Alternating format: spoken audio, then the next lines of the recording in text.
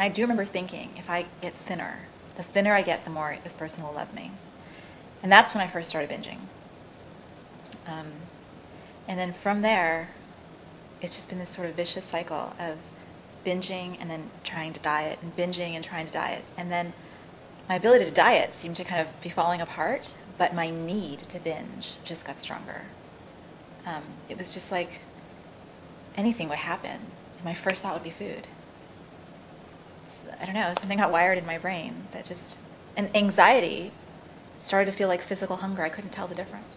Okay, before Shrink Yourself, it really felt like there was another force, something much stronger than me, that was forcing me to do it, to binge, that I had no control over it, that even like I wasn't involved in it. It was just this like thing that would come over me and I would have to binge. I was powerless not to binge. I've tried a lot of diets. Yeah, I did the food combining diet. I did Atkins and South Beach, and calorie restriction for sure, and colors. You know, like on this day I'm only going to eat this color food, this day that color food. I've tried liquid diets, which I'm the worst at, and they all work, except they only work for a really short amount of time because you can't really eat that way, and because it doesn't address the biggest thing, which is the fact that you're using food to fill in all the other gaps of your life. So for me, Shrink Yourself made me realize that I was the one making the choice, that there wasn't an outside force, that I could choose to binge or not binge, or overeat or not overeat. And Shrink Yourself really has helped me grow up. And in that way, really given me a sense of power over my own life.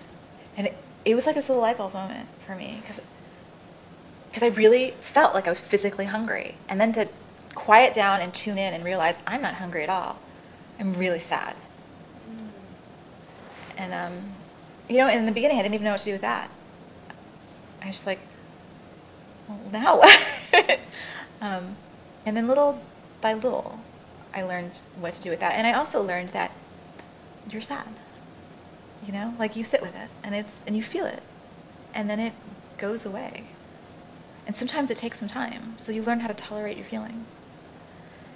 And that was pretty crucial, because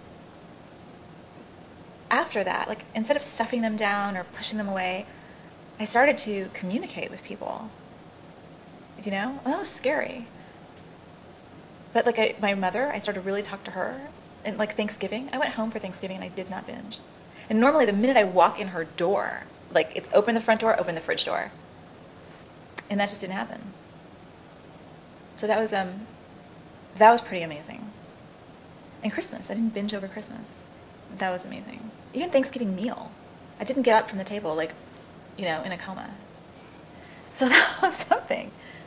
I've lost, you know, a bit of weight.